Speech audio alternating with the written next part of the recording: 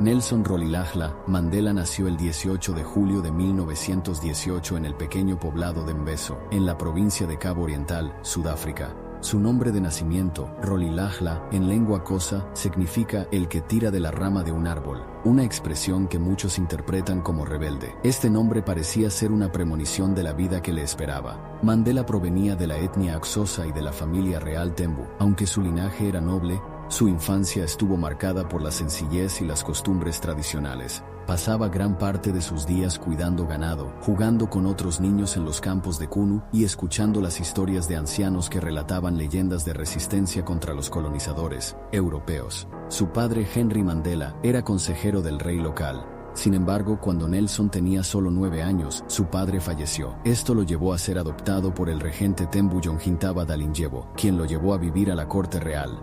Allí Mandela recibió educación formal y al mismo tiempo una formación política y cultural que lo acercó al concepto de liderazgo y responsabilidad con su pueblo.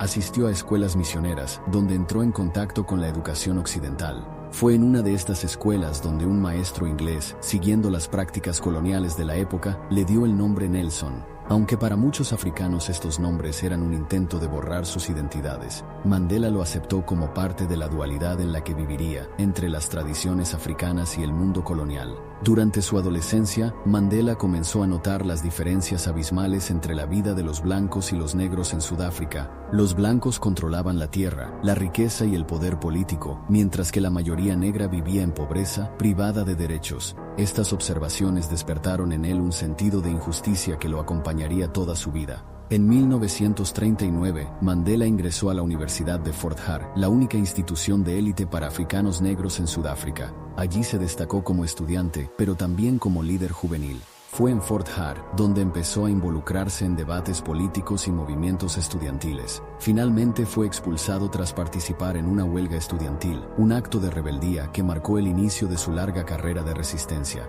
Tras ser expulsado de la universidad, Mandela se trasladó a Johannesburgo, la ciudad más grande y próspera de Sudáfrica. Allí trabajó en distintos oficios, primero como vigilante en una mina de oro y luego en oficinas de abogados. Johannesburgo era un mundo diferente, una ciudad de contrastes, donde los barrios de lujo de los blancos estaban rodeados de barrios miserables para la población negra. Fue en Johannesburgo donde Mandela conoció a Walter Sisulu, un joven activista que se convertiría en su amigo y mentor. Sisulu lo presentó a círculos políticos y poco después a Oliver Tambo, otro joven brillante que sería compañero de lucha durante décadas. Juntos formarían el núcleo de una nueva generación de líderes. En 1943, Mandela se unió al Congreso Nacional Africano (ANC), la principal organización que luchaba por los derechos de los negros. Allí conoció a la Liga Juvenil del ANC, fundada para dar un nuevo impulso al movimiento con estrategias más activas y militantes. Mandela y sus compañeros creían que ya no bastaban las peticiones educadas a las autoridades, era hora de acciones concretas de resistencia.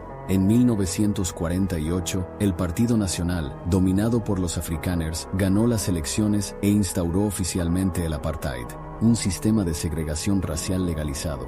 Este régimen clasificaba a la población por razas, imponiendo leyes que controlaban dónde podían vivir, trabajar y hasta con quién podían casarse los sudafricanos. Fue un golpe devastador, pero también un catalizador. Mandela comprendió que debía dedicar su vida a luchar contra esta injusticia. En 1952, Mandela lideró junto al ANC la campaña de desafío contra las leyes injustas, la primera protesta nacional masiva contra el apartheid. Miles de sudafricanos desafiaron las leyes de paces, se sentaron en áreas prohibidas y se negaron a obedecer las normas discriminatorias. La respuesta del gobierno fue brutal: arrestos masivos, violencia policial y persecución. Mandela fue arrestado y condenado a 9 meses de trabajos forzados, aunque con libertad condicional. Lejos de desanimarse, su reputación creció. Comenzó a viajar por todo el país, organizando comunidades y dando discursos que inspiraban a miles. En esos años, Mandela también abrió junto a Oliver Tambo el primer bufete de abogados negros en Sudáfrica. Desde allí defendían a personas acusadas injustamente bajo las leyes raciales. Su oficina se convirtió en un refugio de esperanza para la población negra. Mientras tanto, el apartheid se hacía más severo: desalojos forzados, prohibición de matrimonios interraciales y la obligación para los negros de portar documentos de identidad para poder circular. Cada nueva ley aumentaba la indignación, pero también fortalecía el movimiento de resistencia. En 1955, el ANC organizó el Congreso del Pueblo, donde miles de sudafricanos redactaron la Carta de la Libertad, un documento que proclamaba que Sudáfrica pertenecía a todos, blancos y negros. Este texto se convertiría en la base moral del movimiento y en un sueño compartido por millones. La década de 1950 estuvo marcada por la creciente represión del régimen del apartheid. Aunque Mandela y el Congreso Nacional Africano seguían abogando por la resistencia no violenta, las condiciones en Sudáfrica se volvían cada vez más insoportables para la mayoría negra. En 1956, Mandela y otros 155 líderes fueron arrestados y acusados de traición, en lo que se conoció como el juicio por traición. El proceso duró casi 5 años. Aunque finalmente fueron absueltos, el juicio tuvo como objetivo desgastar al movimiento, intimidar a la población y frenar las protestas. Sin embargo, el efecto fue el contrario. La imagen de Mandela se fortaleció y su voz resonaba cada vez más como la de un líder decidido a sacrificarlo todo por la libertad. El 21 de marzo de 1960 ocurrió un hecho que cambiaría la historia: la masacre de Sharpeville. Ese día, miles de sudafricanos se manifestaban pacíficamente contra las leyes de pases, documentos que los negros estaban obligados a portar para poder moverse en su propio país. La policía abrió fuego indiscriminadamente contra la multitud, matando a 69 personas e hiriendo a casi 200. Entre las víctimas había mujeres y niños. El mundo entero quedó horrorizado. Fotografías de cuerpos tendidos en el suelo y testimonios desgarradores recorrieron la prensa internacional. Para Mandela, este fue un punto de quiebre. Se dio cuenta de que el régimen estaba dispuesto a mantener el apartheid a cualquier costo y que la resistencia pacífica por sí sola ya no era suficiente. Fue entonces cuando, junto a otros líderes del ANC, fundó Umkhonto we Sizwe, la lanza de la nación, el brazo armado del movimiento. Mandela explicó que no se trataba de una traición a la filosofía de la no violencia, sino de una respuesta inevitable a la violencia del Estado. El objetivo no era atacar civiles, sino realizar actos de sabotaje contra instalaciones gubernamentales y económicas, para presionar al régimen sin causar muertes innecesarias. En 1962, tras regresar de un viaje clandestino para buscar apoyo internacional, Mandela fue arrestado. Lo acusaron de incitación a huelgas y de abandonar ilegalmente el país. Fue condenado a 5 años de prisión. Para el régimen, sin embargo, su encarcelamiento era apenas el inicio de un plan mayor: silenciar para siempre a la voz más poderosa de la resistencia sudafricana. Mientras Mandela cumplía su condena, la policía allanó una granja en Rivonia, cerca de Johannesburgo, donde encontró documentos que vinculaban a la dirigencia del ANC con planes de sabotaje. Mandela, junto con otros líderes, fue llevado a juicio nuevamente. Este proceso pasaría a la historia como el juicio de Rivonia. El régimen esperaba usarlo para condenarlos a muerte y desmantelar por completo al ANC. Durante meses, los acusados enfrentaron un proceso manipulado, con pruebas contundentes en su contra. Fue en este juicio donde Mandela pronunció uno de los discursos más célebres del siglo XX.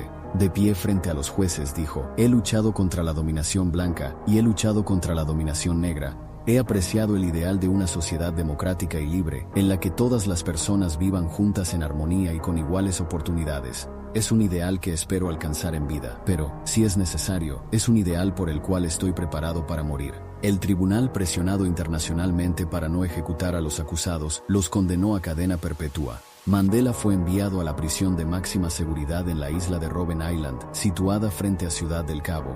Robben Island se convertiría en el lugar donde Mandela pasaría 18 de sus 27 años de encarcelamiento. Las condiciones eran brutales: celdas diminutas, trabajos forzados en canteras, comida escasa y visitas familiares muy limitadas. Aún así, Mandela se negó a dejarse quebrar. Se convirtió en líder moral de los presos, organizó clases clandestinas y mantuvo vivo el espíritu de resistencia. Con el tiempo, la cárcel se transformó en una universidad de la lucha. Los prisioneros aprendían historia, derecho y política, compartiendo ideas que alimentarían la futura Sudáfrica libre. Mandela comprendía que, aunque estaba tras barrotes, su causa se fortalecía. Mandela permaneció en Robben Island casi 2 décadas. Durante ese tiempo, el apartheid continuaba imponiendo su dominio con violencia. Sin embargo, algo estaba cambiando. El mundo comenzaba a mirar con indignación lo que ocurría en Sudáfrica. Movimientos estudiantiles, organizaciones civiles y gobiernos de diferentes países se unieron en campañas contra el apartheid. Uno de los lemas más poderosos de la época fue Free Nelson Mandela. Canciones, protestas y boicots económicos se multiplicaban en universidades, ciudades y parlamentos de todo el planeta. Mandela se convirtió en el preso político más famoso del mundo, incluso sin poder dar entrevistas ni aparecer en público. Su figura se transformó en un símbolo de resistencia, esperanza y dignidad.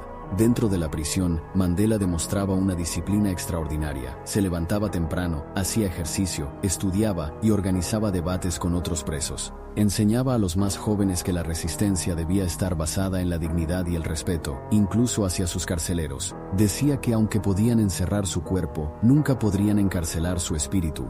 En 1982, Mandela fue trasladado a la prisión de Pollsmoor, junto a otros líderes de la ANC. Aunque las condiciones eran un poco mejores, el régimen buscaba aislarlos del contacto con nuevos prisioneros. Pero el plan resultó contraproducente. Los contactos con el exterior se hicieron más frecuentes y comenzaron las negociaciones secretas sobre el futuro del país. Mientras tanto, en las calles, la resistencia crecía, las huelgas, protestas y disturbios se multiplicaban, y la represión se volvía cada vez más violenta. El apartheid comenzaba a tambalearse, pero aún mantenía un control férreo. En 1985, el presidente sudafricano P.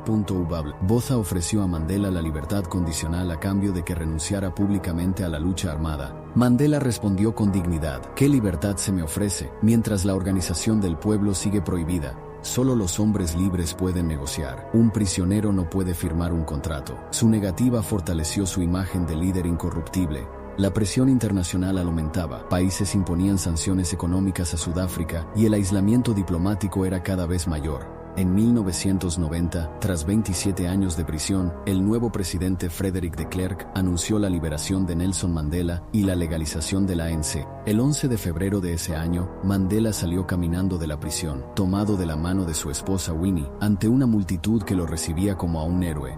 El mundo entero lo observaba. Su primer discurso tras la liberación dejó claro que su lucha no había terminado. Pedía unidad, paz y firmeza para acabar con el apartheid. Durante los siguientes 4 años, Mandela lideró las negociaciones con el gobierno para desmantelar el régimen. No fue fácil, hubo violencia, atentados y masacres, pero Mandela insistía en que la reconciliación era el único camino. En 1993, recibió junto a de Klerk el Premio Nobel de la Paz. Y en 1994, Sudáfrica celebró las primeras elecciones libres de su historia. Millones de personas hicieron largas filas para votar por primera vez. Mandela fue elegido como el primer presidente negro de Sudáfrica. Como presidente, Mandela se enfrentó a enormes desafíos: un país dividido, desigualdades profundas y heridas abiertas por décadas de racismo. En lugar de buscar venganza, eligió la reconciliación. Creó la Comisión de la Verdad y la Reconciliación, presidida por el arzobispo Desmond Tutu, donde víctimas y perpetradores del apartheid contaban sus historias. Muchos encontraron en este proceso un camino hacia el perdón y la justicia. Mandela impulsó políticas para mejorar la educación, la salud y las oportunidades de la población negra. Aunque sabía que una sola presidencia no bastaría para eliminar siglos de injusticia, sentó las bases de una nueva Sudáfrica. En 1999 decidió no buscar la reelección, demostrando que su liderazgo no era ambición personal, sino un servicio a su pueblo. En sus últimos años, continuó trabajando por causas humanitarias, especialmente en la lucha contra el VIH-Sida. El 5 de diciembre de 2013, a los 95 años, Nelson Mandela falleció en Johannesburgo. El mundo entero lloró su partida, pero también celebró su vida. Fue despedido como uno de los grandes líderes de la humanidad.